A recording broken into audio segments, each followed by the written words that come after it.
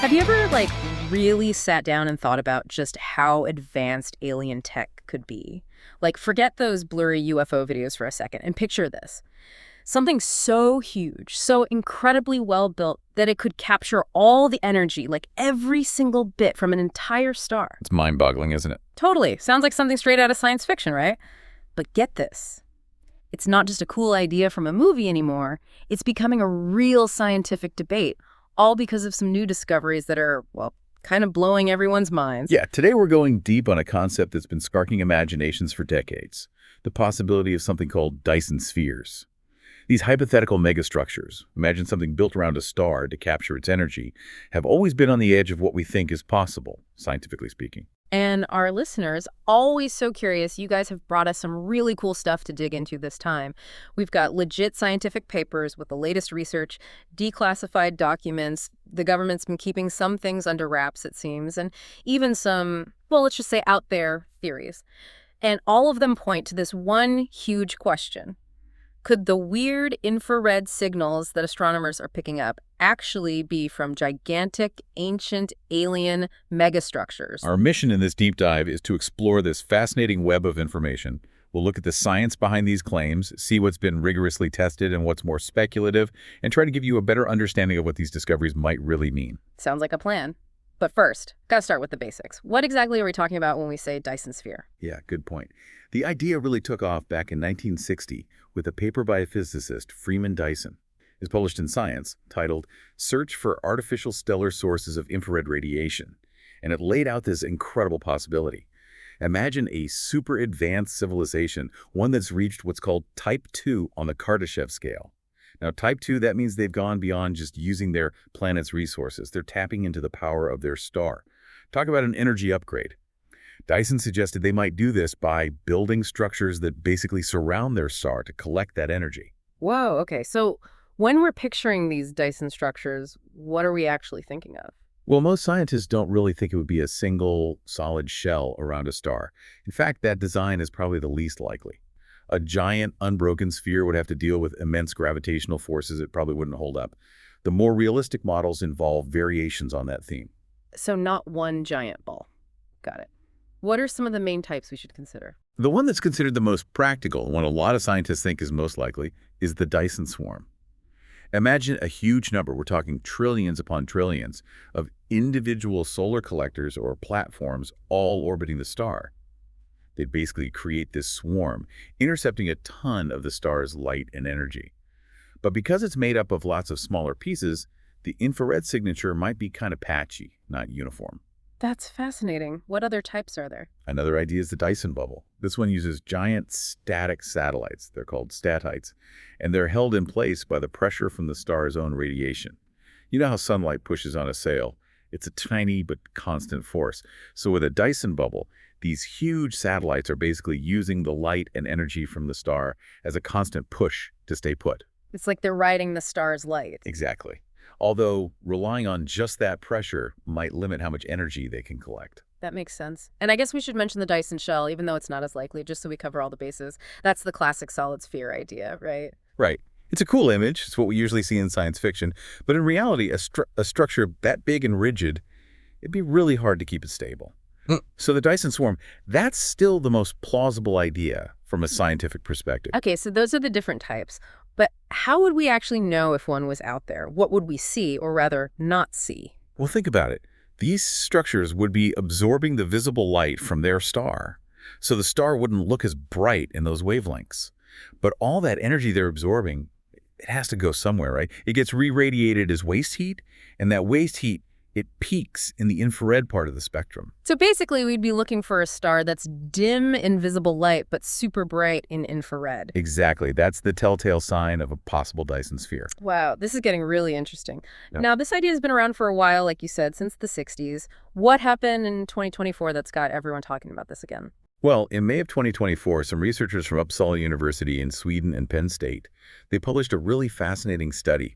They looked at a massive amount of data analyzing 5 million stars from NASA's WISE, that's the Wide Field Infrared Survey Explorer, and also the Gaia DR3 catalog. And guess what they were looking for? Let me guess. Unusual infrared signatures. Bingo. And they found something pretty amazing. Out of those millions of stars, they found 7 M-dwarf stars. Now, M-dwarfs, they're smaller and cooler than our sun, but these 7, they were giving off way more infrared radiation than they should, like 3 to 10 times more. And here's the kicker.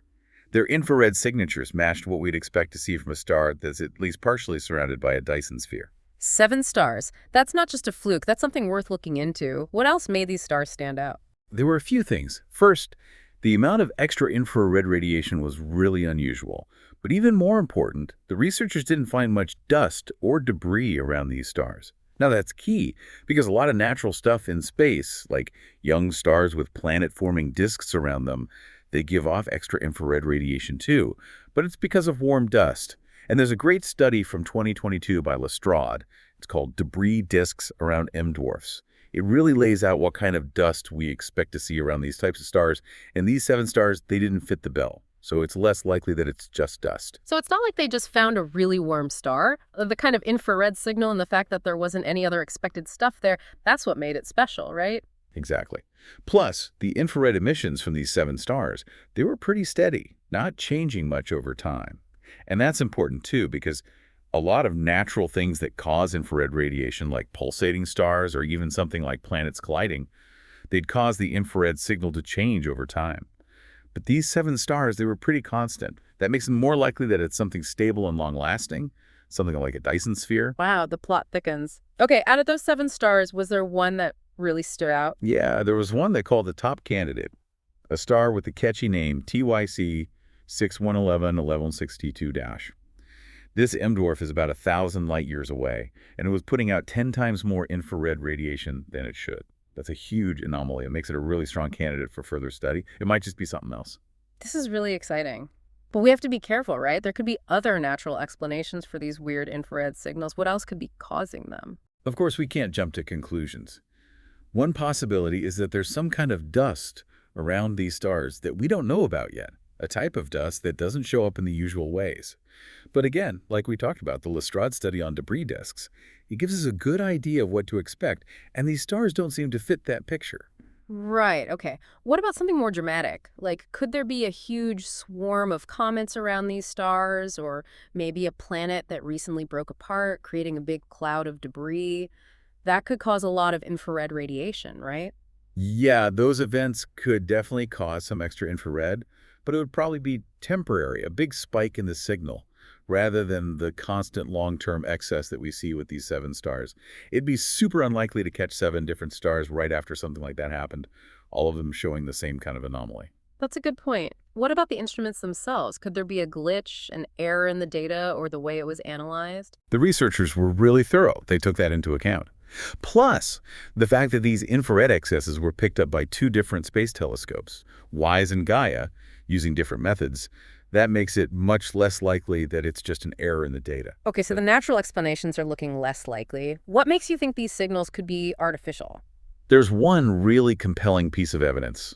A 2021 retrospective on Dyson Spheres by Wright pointed out that the amount and the specific wavelengths of the extra infrared coming from these 7 stars, it matches up really well with what we'd expect from a star that's partly or completely surrounded by a Dyson sphere.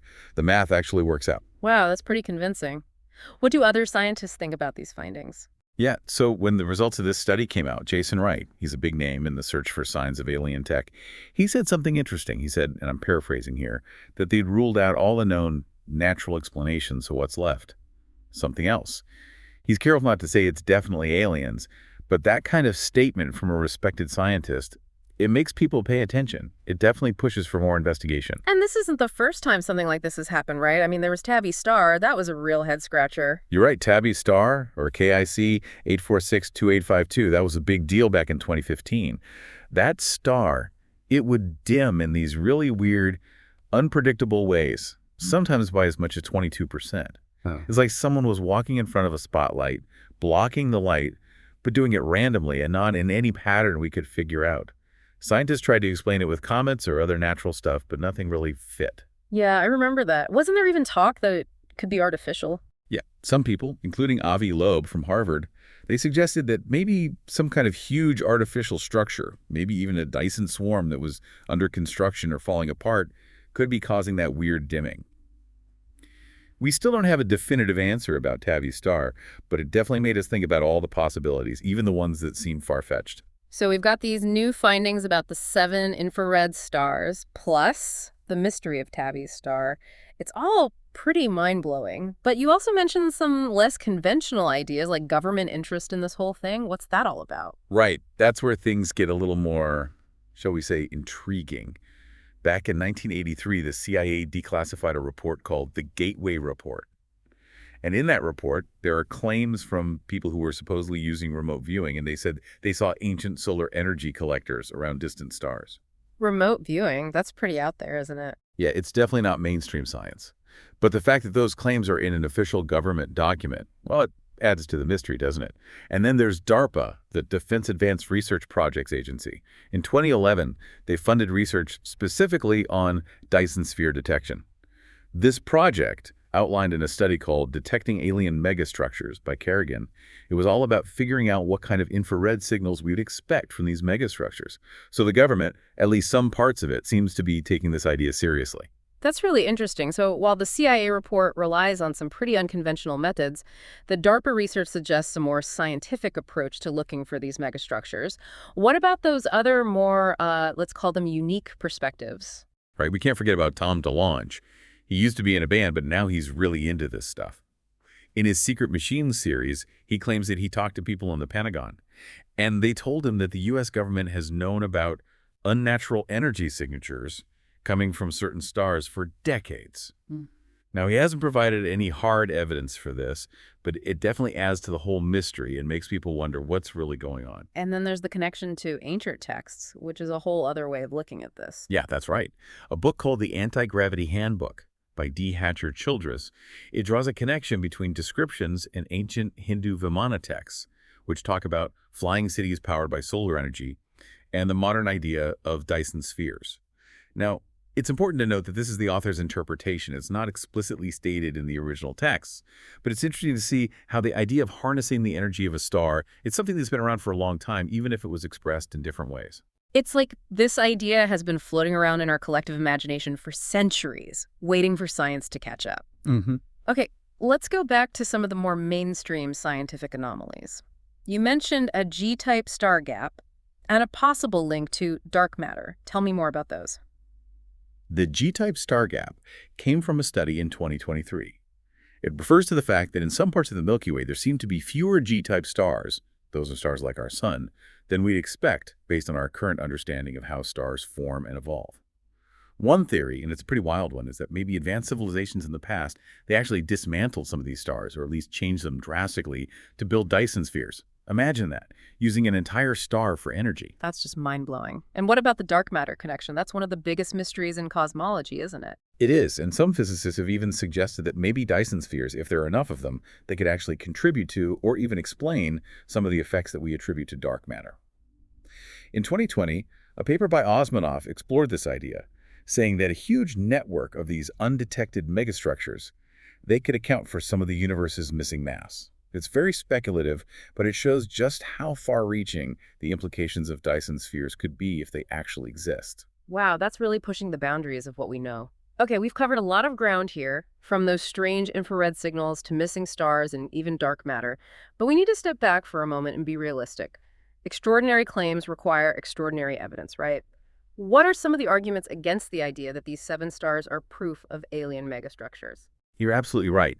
As exciting as this all is, we can't get carried away. While the evidence we have now is definitely interesting, we need a lot more before we can say for sure what's going on. Like we talked about, there could be natural explanations that we just haven't figured out yet. Maybe there's a type of dust with properties we haven't seen before, or maybe there's something weird going on with those stars that we don't fully understand. We're still learning about the universe, and new discoveries could change everything. And then there's the Fermi paradox, right? If these super advanced aliens are out there building Dyson spheres, why haven't we seen more obvious signs of them? Exactly. The Fermi paradox is a big question mark, hanging over any discussion about advanced alien civilizations. One possible answer, especially when it comes to Dyson spheres, is that maybe the civilizations that built them are incredibly old. Maybe they're not even around anymore. What if they used these structures for millions of years and then moved on to something else? Or maybe something happened to them. In that case, all we might be seeing is the leftover heat, the infrared radiation from their long-gone megaprojects. It's a bit of a sobering thought, isn't it? It is. We could be looking at the ghosts of civilizations that existed long before our planet even formed. It really puts things in perspective. It does. And at the end of the day, we have to go with the simplest explanation that fits the facts. It's Occam's razor. The Dyson sphere idea, it does line up with some of the things we see with these seven stars, but it's a huge claim. And we need more than just a few hints to say for sure. We need more observations, we need to look at these stars in different wavelengths, and we need to study them in much more detail. So for our listeners, let's recap what we've learned today. We explored the idea of Dyson spheres, these massive structures that could be built around stars to capture their energy. We talked about the seven M dwarf stars that are giving off way more infrared radiation than they should, and how those signals fit with what we'd expect to see from a Dyson sphere. We looked at why the usual explanations like dust and natural stellar activity, they don't seem to fit. And we even touched on some of the more unconventional ideas, like the government's interest in this and what ancient texts might have to say about it. Right, and we also talked about some other big questions, like the mystery of Tabby's star, the possibility of a G-type star gap, and even the idea that Dyson spheres might be connected to dark matter. Right. But it's important to remember that we have to be skeptical. There could be other explanations out there, and we need more evidence before we can say for sure what's causing these strange infrared signals. This has been a really amazing deep dive, and it leaves us with so many questions. I think the biggest one for me is this. When we think about the vastness of space, the sheer number of stars and galaxies out there, and the incredible amount of time that the universe has existed, is it more surprising that we might be finding hints of these incredible megastructures, or that we haven't found definitive proof of them yet? What are we assuming about how long advanced civilizations can last, and how would we even know if they were out there? This is just the beginning of a much bigger investigation, and your curiosity, your willingness to question and explore, that's what drives us forward. Keep looking up and keep asking those big questions. Thanks as always for watching today, and if you like our videos, please don't forget to click on the like button and comment in the comments section, and if you already haven't done so, why not subscribe? It is completely free.